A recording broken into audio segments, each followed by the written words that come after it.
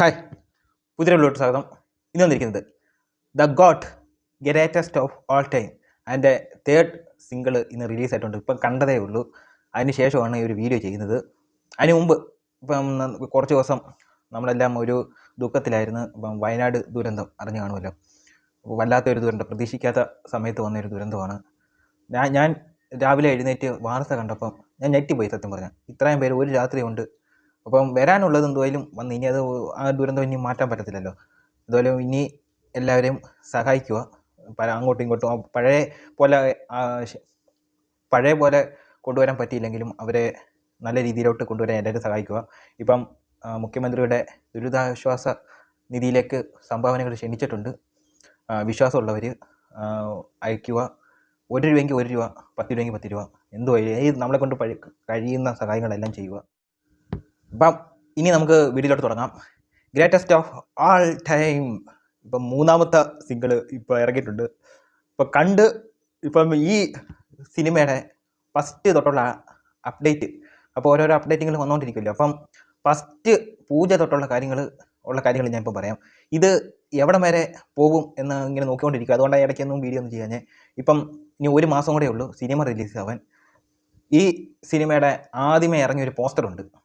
ആ പോസ്റ്റർ കാണുമ്പം തൊട്ടേ നമുക്കറിയാം ഈ പടം എവിടം വരെ, പടത്തിനെ പറ്റി പറഞ്ഞേക്കുന്ന കഥയൊക്കെ ഒത്തിരി റൂമർ കഥകളൊക്കെ കേട്ടിട്ടുണ്ട്. അതുപോലെയൊക്കെ വന്നാൽ നല്ലത്. പക്ഷേ ഇനി ഞാൻ ഓരോ കാര്യങ്ങൾ ഞാൻ പറയാം. പോസ്റ്റർ ഡിസൈനിങ് 3 പോസ്റ്റർ ഇറക്കി. ഉള്ള കാര്യം പറയാമല്ലോ, 3 പോസ്റ്ററും ദുരന്തം പോസ്റ്ററായിരുന്നു. ഞാനത് ഇപ്പം ഈ ഒരു സിംഗിളും കൂടെ കഴിഞ്ഞപ്പം 3 സിംഗിളും കൂടെ കഴിഞ്ഞപ്പോൾ ഇനി എന്തെങ്കിലും സിംഗിളൊന്നും വരാൻ പറ്റില്ല. ഇനി ട്രെയിലറേ ഉള്ളൂ. ഇതിൻ്റെ പോസ്റ്റർ ഡിസൈൻ ചെയ്ത ആളുടെ പേര് എനിക്ക് ഓർമ്മ വരുന്നില്ല. പക്ഷേ ഈ വിജയുടെ സ്ഥിരം പോസ്റ്റർ ഡിസൈൻ ചെയ്യുന്ന ആൾ തന്നെയാണ് ഇത് ചെയ്തേക്കുന്നത്. ദുരന്തം പോസ്റ്റർ, ഉള്ള കാര്യം പറയില്ല, 3 എണ്ണം ദുരന്തം പോസ്റ്റർ.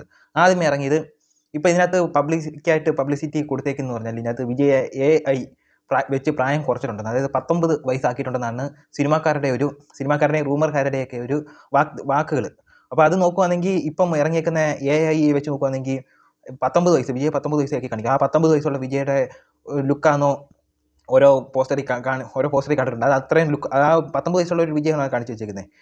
എനിക്ക് ഇത് കണ്ടിട്ട് എനിക്ക് ഒരു പ്രതീക്ഷയില്ല. സിനിമയ്ക്കകത്ത് എനിക്ക് ഒരു പ്രതീക്ഷയില്ല. ഇനി അബദ്ധത്തിൽ എങ്ങാനും ഇഷ്ടപ്പെട്ടിട്ടുണ്ടെങ്കിലേ ഉള്ളൂ ആ ഒരു പോസ്റ്റർ തൊട്ട് എൻ്റെ ഇതെല്ലാം പോയിട്ടുണ്ട്. അത്രയും അതിനെക്കാട്ടിലും നല്ലോണം ഞാൻ വേണമെങ്കിൽ ഇതിൽ നല്ലോണം ഞാൻ ഡിസൈൻ ചെയ്ത് കാണിച്ചു തരാം. അത് മാത്രമല്ല, ചെറിയ പിള്ളേർ, ഇവിടെ അടുത്തുള്ള കുറേ എഡിറ്റിംഗ് ചെയ്യുന്ന പിള്ളേരുണ്ട്. ആ പിള്ളേർ ഇതിൽ നല്ലോണം ഡിസൈൻ ചെയ്ത് തരും. ഇതെന്തോ കാണിച്ചു വെച്ചേക്കുന്ന പോസ്റ്റർ തന്നെ. 3 പോസ്റ്റർ ഇറക്കി, 3 ദുരന്ത പോസ്റ്റർ. ഉള്ള കാര്യം പറയാമല്ലോ. അത് കഴിഞ്ഞ് ഫസ്റ്റ് സിംഗിൾ വിട്ടിട്ടുണ്ട്. വിജയുടെ കുറേ ഡാൻസും എല്ലാം പോയിട്ടും പോയിട്ട് പുതിയ ഒരു സോങ് ഇറക്കി. നല്ല സൂപ്പർ ബോർ സോങ് ആയിട്ടുണ്ട്. അത് യൂട്യൂബിൽ കുറച്ച് വ്യൂസ് കിട്ടുന്നുണ്ട്. അത് വേറെ ഒന്നും കൊണ്ടല്ല, വിജയുടെ ഒരു പബ്ലിസിറ്റി കൊണ്ടാണ് അത്രയും വ്യൂസ് കയറിയത്. പിന്നെ 2ാമത് ഒരു സിംഗിൾ ഇറക്കി. അത് സ്നേഹമായിട്ടുള്ളൊരു ഫീലായിട്ടുള്ളൊരു സോങ് ഉണ്ട്. അത് കേൾക്കാൻ നല്ല രസമൊക്കെ ഉണ്ട്. കുഴപ്പമില്ല, ആവറേജ് കുഴപ്പമില്ല. പിന്നെ ഇപ്പം ഒരു സ്പാർക്ക് വെച്ചൊരു സോങ് ഇറക്കിയിട്ടുണ്ട്. എനിക്ക് തോന്നിയുള്ള കാര്യം പറയാം. സോങ് കുഴപ്പമില്ല. സോങ് അത്യാവശ്യം കേൾക്കാൻ, നമ്മൾ ഹെഡ്സെറ്റൊക്കെ വെച്ച് കേൾക്കാൻ നല്ല സോങ് ആയിട്ടാണ് എനിക്ക് തോന്നിയത്. പക്ഷേ വിഷ്വല് അസല് കോമഡി ആക്കി വെച്ചിട്ടുണ്ട്. ഇതിനകത്ത് വിജയുടെ 2-3 സ്റ്റെപ്പൊക്കെ കാണിക്കുന്നുണ്ട്. കറക്റ്റ് കോമാളി ലുക്കായിട്ടുണ്ട്. ഇതിനകത്ത് തെറിയുടെയാണോ ഗ്ലാസ് ഊരി വെക്കുന്ന ഒരെണ്ണം കാണിക്കുന്നത്. ഇതേപോലെയൊക്കെ റെഫറൻസ് എന്തിനെ കാണിച്ച് വെക്കുന്നത്? ഞാൻ പണ്ട് നേരത്തെ ഓരോ സിനിമയ്ക്കകത്ത് ഞാൻ കാണുമ്പോൾ തൊട്ടേ പറയുന്നത്, ഇതുണ്ടെങ്കിലേ ആളുകൾ അക്സെപ്റ്റ് ചെയ്യത്തുള്ളൂ. നിങ്ങൾക്ക് ഇത്രയും ഈ ഒരു വിജയ് കൊണ്ടുവന്ന് കോമഡി, ഇത് സത്യം പറഞ്ഞാൽ കോമഡി, നല്ലൊരു ട്രോളിനുള്ള വക ഈ സിനിമ ഇറങ്ങുമ്പം വരാനുണ്ട്. അത് ഉറപ്പാണ്. ഞാൻ ഇപ്പം അതിനുശേഷം ഒരു ചെറിയൊരു ടീസർ വെളിവിട്ടുണ്ടായിരുന്നു വിജയുടെ ബർത്ത്ഡേ ആണ്. ആ ഒരു മേക്കിംഗ് ഒക്കെ നല്ല രീതിയിൽ വന്നിട്ടുണ്ട്. പക്ഷേ വിജയ് കാണിക്കുന്നിടത്തും വെച്ച് പോയിട്ടുണ്ട്. വിജയ് കാണിക്കുന്നത് ആ 2 പേരെ പുറകെ ഇരുത്തി കാണിച്ച് വെച്ചിരിക്കുന്നത്. അത് അസല് ബോറായിട്ടുണ്ട്. ആ ഒരു മീശ പോലും ഒരു ഒറിജിനാലിറ്റി ഇല്ല. കാരണം ഇപ്പോൾ ഈ തിരുവനന്തപുരത്ത് വന്നപ്പോൾ നമ്മൾ കണ്ടേ വിജയ് ക്ലീൻ ഷേവ് ആക്കി വെച്ചേക്കുന്നത്. അതിനകത്ത് മീശ ഒട്ടിച്ച് വെച്ചേക്കുവാൻ തോന്നുന്നു, ഒരാളുടെ വരച്ച് വെച്ചേക്കുവാൻ തോന്നുന്നു. ആ വരച്ച് വെച്ചേക്കുന്ന അതേ ഒരു മീശ പോലും വളർത്താൻ ഒരു ആക്ടർക്ക് ഒരു എഫർട്ട് എടുത്തില്ലെങ്കിൽ പിന്നെ അയാൾ ആക്ടറാണെന്ന് പറഞ്ഞിട്ട് ഒരു കാര്യമില്ല. ഇപ്പം തന്നെ ഈ ഒരു സ്പാർക്കിനകത്ത് പുള്ളിയെ കൊണ്ടുവന്ന് ആ ഒരു ഡാൻസ് കളിക്കുന്നുണ്ട്. കറക്റ്റ് വെള്ളമടിക്കാരന്മാർ ഷാപ്പിൽ വെള്ളം അടിച്ചിട്ട് കാണിക്കുന്ന അതേ ലുക്ക് തന്നെ കാണിച്ചു വെച്ചിട്ടുണ്ട്. എന്നിട്ട് ഏറ്റവും അവസാനം ഇങ്ങനെ ആക്കുന്ന ഒരെണ്ണമുണ്ട്. എന്ത് കാണിച്ചു വെച്ചേക്കുന്നത്? പിന്നെ അതിനകത്ത് വാരിസിനകത്ത് ആർക്കും വേണ്ടാത്ത, ഇപ്പം എല്ലാവരും കണ്ട അന്യനകത്ത് പ്രമോയുടെ ഒരു ലുക്കുണ്ട്. അത് ഇത് എല്ലാവർക്കും ഇഷ്ടപ്പെട്ടു. എനിക്ക് ഇപ്പോഴായാലും നമുക്കത് ഇങ്ങനെ ആക്കുവാണെങ്കിൽ നല്ലൊരു ഇതുണ്ട്. അതിന് വരെ ഇത് വാരിസിനകത്ത് കൊണ്ടുവന്ന് ആർക്കും ഇഷ്ടമല്ലാത്ത എനിക്ക് കണ്ണെടുത്ത കണ്ടുപോകാത്ത അത് ഇതിനകത്ത് കാണിച്ചു വെച്ചിട്ടുണ്ട്. എന്തിന് ഇങ്ങനെയൊക്കെ ഒരു റെഫറൻസ് എടുത്ത് വെറുപ്പിക്കുന്നത്? കുറേ എണ്ണം വിജയ് വെറുപ്പിക്കാൻ വേറെ എണ്ണമുണ്ട്. ഓരോ കുഞ്ഞിക്കണ്ണനോ അങ്ങനെയൊക്കെയുള്ള കുറേ അലവലാതി ഫാൻസുകാർ വേറെയുണ്ട്. എന്തിന് ഇങ്ങനെ കൊണ്ടുവന്ന് ഒരു മനുഷ്യനെ ഇങ്ങനെ കൊണ്ടുവന്നിട്ട് കോമാളിത്തരം കാണിക്കുന്നത് എനിക്ക് മനസ്സിലാവുന്നില്ല. പിന്നെ പടം എവിടെ ഇനി എങ്ങനെ പോകുന്നുണ്ടെന്ന് എനിക്ക് അറിയത്തില്ല. കണ്ടിട്ട് എനിക്കൊരു പ്രതീക്ഷയില്ല. പിന്നെ ലിയോയുടെ കാര്യം ഞാൻ നേരത്തെ പറഞ്ഞിട്ടുണ്ടായിരുന്നു. ഗോകുലം ഗോപാലാണ് ഇവിടെ വിതരണത്തിന് എടുത്തേക്കുന്നത് 16 കോടിക്ക്. എനിക്ക് തോന്നുന്നില്ല ഈ പടം ഹിറ്റാകുമെന്ന്, കേരളത്തിൽ ഹിറ്റാകുമെന്ന് എനിക്ക് തോന്നുന്നില്ല. ഞാനത് ലിയോ ഹിറ്റാകാൻ കാരണം എന്ന് പറഞ്ഞാൽ വേറെ ഒന്നും കൊണ്ടല്ല, അവിടെ വിജയുടെ കൂടെ തന്നെ അപ്പുറത്ത് ഡയറക്ഷൻ്റെ ഒരു ഫാൻ ബേസ് വേറെയുണ്ട്. പിന്നെ കൈദി, വിക്രം ഇവരുടെ ഒരു ഫാൻസ് വേറെയുണ്ട്. അങ്ങനെയുള്ളൊരു കാത്തിരിപ്പാണ് ലിയോയെ അത്രയും വലിയൊരു ഹിറ്റ് കേരളത്തിലാക്കിയത്. അല്ലാതെ ഇത് വിജയുടെ മാത്രം ഹിറ്റൊന്നുമല്ല ലിയോ എന്ന് പറയുന്നത്. ഇപ്പം ഇതിനകത്ത് വിജയ് മാത്രമേ ഉള്ളൂ.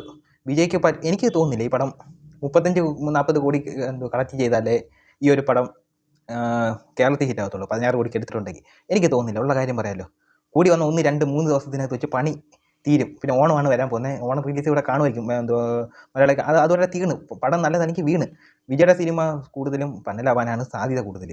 അത് പുള്ളിയുടെ സിനിമ കാണുമ്പോൾ തൊട്ടറിയാം. വർഷങ്ങൾ കൊണ്ട് കാണുന്ന അടുത്ത പടം നേരെയോ എന്ന് പറഞ്ഞ് വർഷങ്ങൾ കൊണ്ട് കാണുന്ന ഒരു പടമാണ്. ലിയോയ്ക്കകത്ത് ലോകേഷ് മാത്രം ആ കത്തിക്ക് ശേഷം ലോകേഷ് മാത്രം വിജയുടെ ഒരു അകത്തുള്ളൊരു ആക്ടറെ വെളിയിൽ കൊണ്ടുവന്നത്. ആ പാർത്ഥിവൻ എന്ന് പറഞ്ഞ ക്യാരക്ടർ പുള്ളി നല്ല രീതിയിൽ ചെയ്തിട്ടുണ്ട്.